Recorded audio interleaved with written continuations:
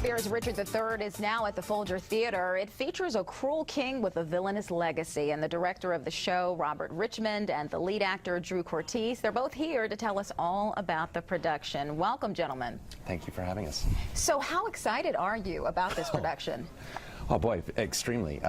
It's always a rush to get up in front of people and spit out words that are about 450 years old. Oh, and the challenge then becomes, like, how do you make that relevant for today's audiences? Absolutely. And how are you doing that? Hard to say. I don't know. I think it's really for our audiences to decide. Robert, what would you answer to that question? Well, I think we've decided that one of the things about the play was we wanted to make it up close and personal, and so we've rearranged the Folger Theatre from its traditional seating plan, and we've put the stage right in the middle of the room so people are right up close. And why was that so important to implement that theater in the round approach with this particular production? Well, the intimacy of knowing Richard is really how the play exists. It's the relationship the audience have with him, and so instead of being in a different room, it's just great to kind of have him right there and speak to you, and you go with him on his journey. Drew, tell people a little bit about the story. What do they need to know about this king before they head to the theater? I think they need to know that it's about a person who feels incomplete, and what they're willing to do to get the things that they want in their life. And of course, you pay a price for that once you start to cross certain lines.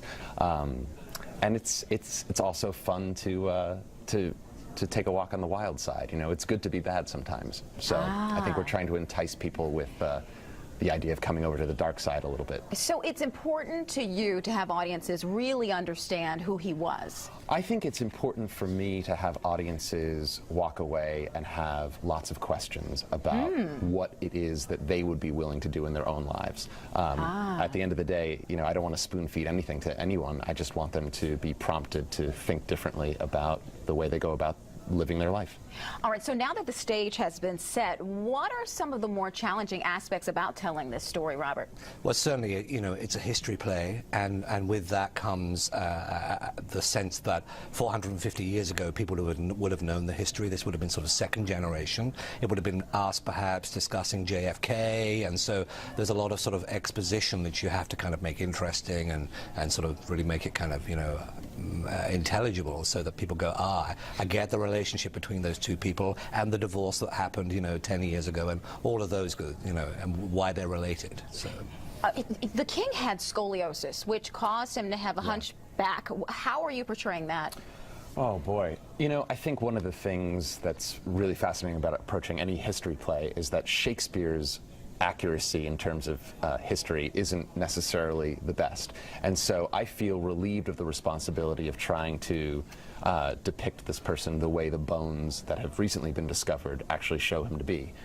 So for me right now, I feel there's a limp that will introduce, and as the play goes on, I think he starts to deteriorate a little bit physically, and it just gets a little more severe as the show goes on, as the pressure of the story kind of builds on the character. He was a king for a very short period of time. Do you feel like there's so much that you have to get into this story?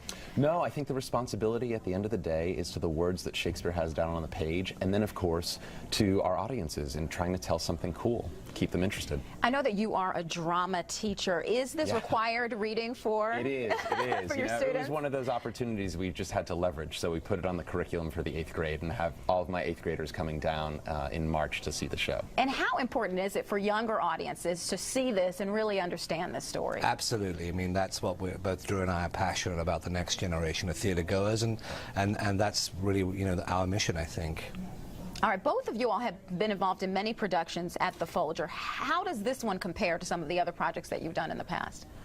Oh boy. Well, this one for me, I think, is very special. I think, you know, creating a situation where we've really adapted the play for the stage, you know, is very exciting, because there are things that you would never see in a Folger production, just because of the way that we can. I don't want to give too much away, of course, but there are some surprises in this particular configuration. And there's a wonderful video online that kind of speeds up how all this was done, which is nice to share with the audiences before they come. Yeah, no, it's nice to get a little peek behind the curtain, but sometimes at the same time, you know, you worry that if you start to watch how the sausage is made, maybe you won't eat it. Oh, I don't think you guys are going to have that problem at all.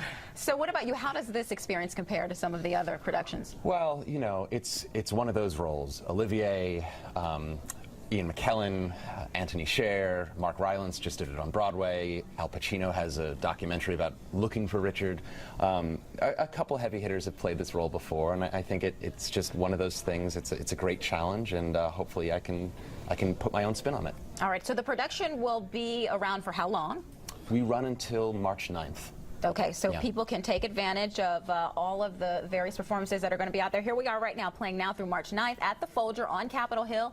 If you want more information and would like to buy tickets, all you have to do is go to that website right on your screen. It's folger.edu/theater. Thank you both for coming in. Drew, Robert, all the best to you both. Thank you so much. And coming up.